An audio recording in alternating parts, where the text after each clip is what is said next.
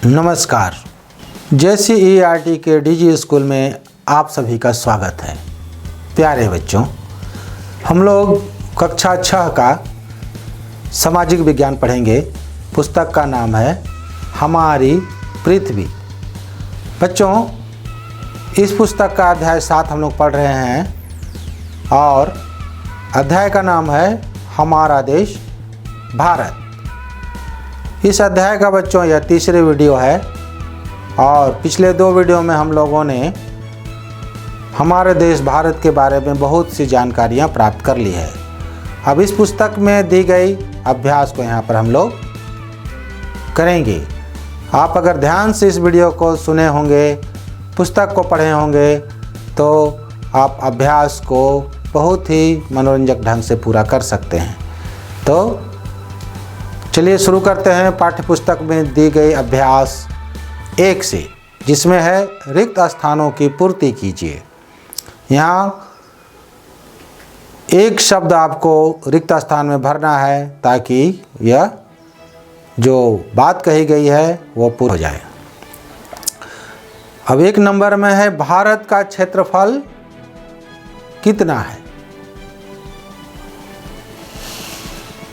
उम्मीद है बच्चों आप लोगों ने बता दिया होगा कि भारत का क्षेत्रफल लगभग 32.8 लाख वर्ग किलोमीटर है। प्रश्न 2, विशाल हिमालय को और किस नाम से जाना जाता है।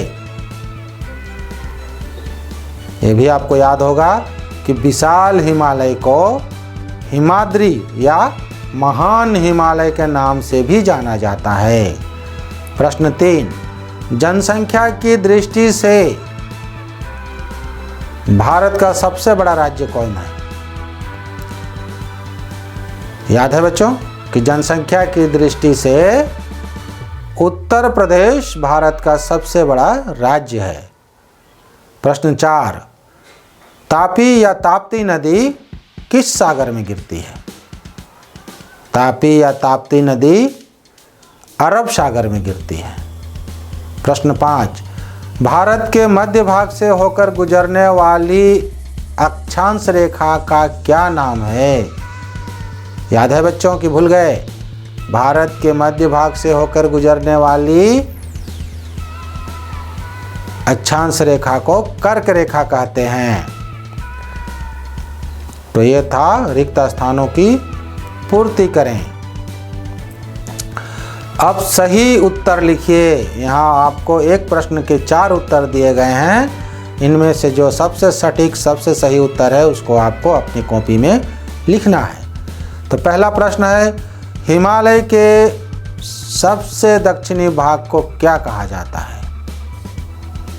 क शिवालिक, ख हिमाद्री, ग हिमाचल या घ उत्तरांचल। बताइए। हिमालय के सबसे दक्षिणी भाग को शिवालिक कहा जाता है। प्रश्न 2, बंगाल की खाड़ी में स्थित द्वीप समूह कौन सा है। क अंडमान एवं निकोबार द्वीप समूह, ख लक्षद्वीप समूह, ग मालद्वीप समूह, घ दमन द्वीप। बच्चों, बंगाल की खाड़ी में अंडमान एवं निकोबार द्वीप समूह है। प्रश्न 3, भारत का दक्षिण में विस्तार कहाँ तक है।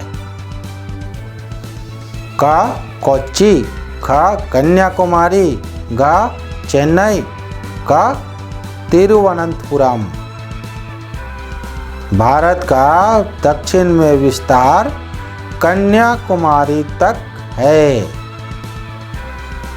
प्रश्न 4, भारतीय जनगणना 2011 के अनुसार भारत की कुल जनसंख्या कितनी है।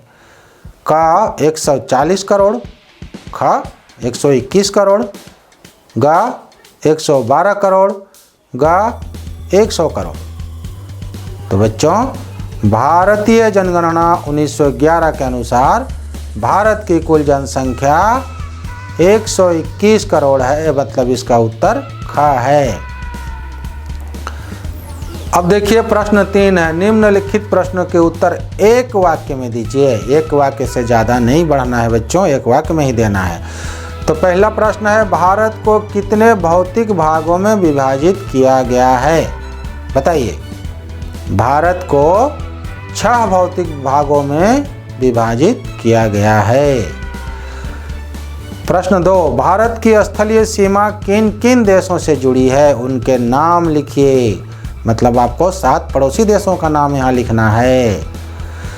अफगानिस्तान, पाकिस्तान, नेपाल, चीन, भूटान, बांग्लादेश और म्यांमार।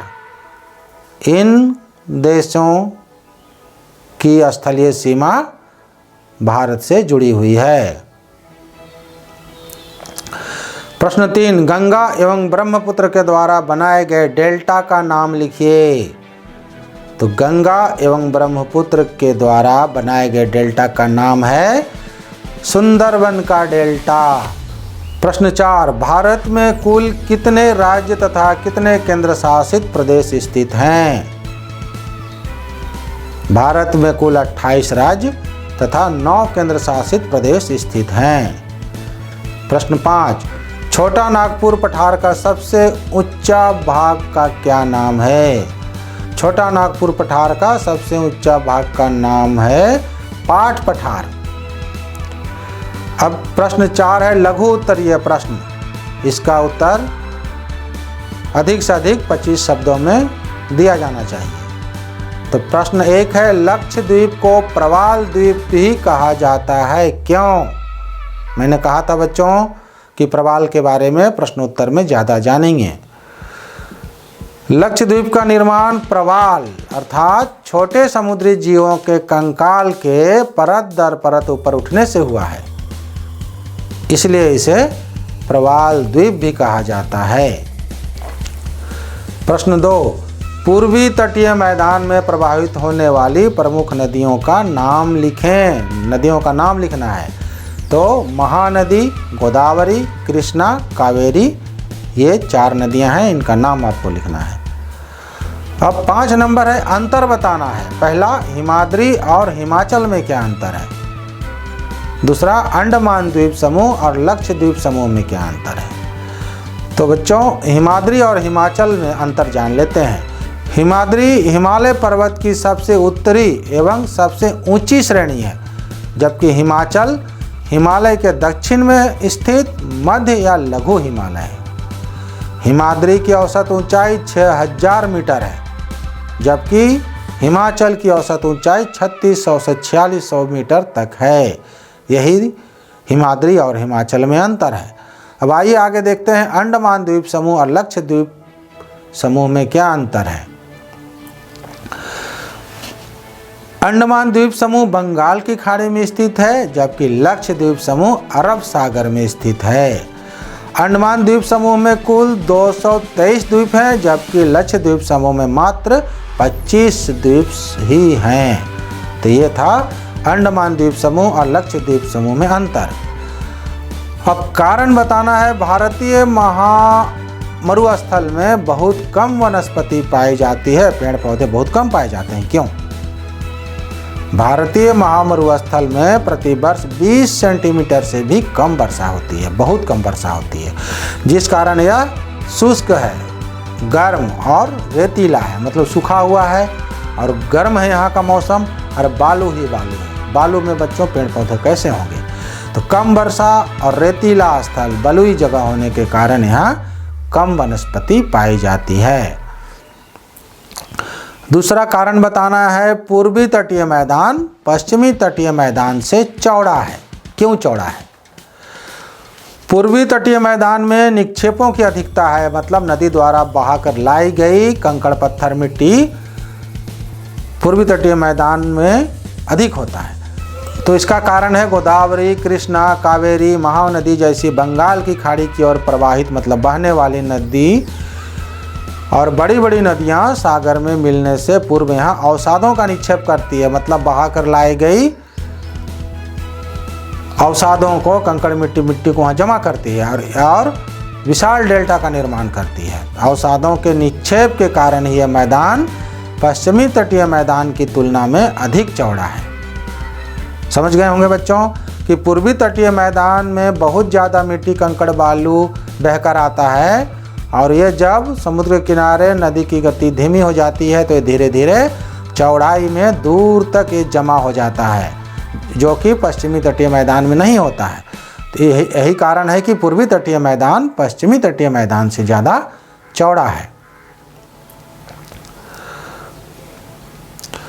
बच्चों 7 नंबर में दीर्घ उत्तरीय प्रश्न दिए गए हैं जिसके उत्तर कुछ लंबे होंगे। तो पहला है भारत के उत्तरी मैदान में अधिक जनसंख्या निवास करती है, क्यों? दूसरा है प्रायद्वीपीय पठार तथा भारतीय मरुस्थल का वर्णन करें। तो बच्चों ये 2 प्रश्न हम आपके लिए छोड़ दे रहे हैं, आपको सोचने का मौका मिलना चाहिए ताकि आपका सोचने की क्षमता विकसित हो, लिखने की क्षमता विकसित हो और सारे प्रश्नों का उत्तर अगर आपको बता दिया जाएगा तो आपकी क्षमता अवरुद्ध हो जाएगी। तो इन प्रश्नों का उत्तर आप लिखने का कोशिश कीजिएगा, ज़रूर लिखिएगा और अपने शिक्षक को ज़रूर दिखलाइएगा। 8 नंबर में परियोजना कार्य है, प्रोजेक्ट वर्क है। पहला है भारत के मानचित्र पर निम्नलिखित को संकेत के माध्यम से चिन्हित कीजिए। भारत का मानक यामयोत्तर, जिस राज्य में आप रहते हैं जैसे झारखंड, कर्क रेखा, अंडमान एवं निकोबार द्वीप समूह तथा लक्षद्वीप समूह, पूर्वी घाट तथा पश्चिमी घाट, ये सब आपको भारत के मानचित्र पर दिखलाना है। दूसरा है भारत के भौतिक विभाग पर्वत, पठार, मैदान का मॉडल अपने शिक्षक की सहायता से बनाएं। तो ये 2 परियोजना कार्य भी आप अवश्य करेंगे और अपने सहपाठियों को दिखलाइएगा, विद्यालय के अन्य बच्चों को दिखलाइएगा। तो बच्चों ये सब काम जरूर कीजिएगा, पढ़ना जारी रखिएगा, लिखने का भी जारी रखिएगा बच्चों, और खेलना भी जारी रखिएगा। खुश रहिएगा। धन्यवाद।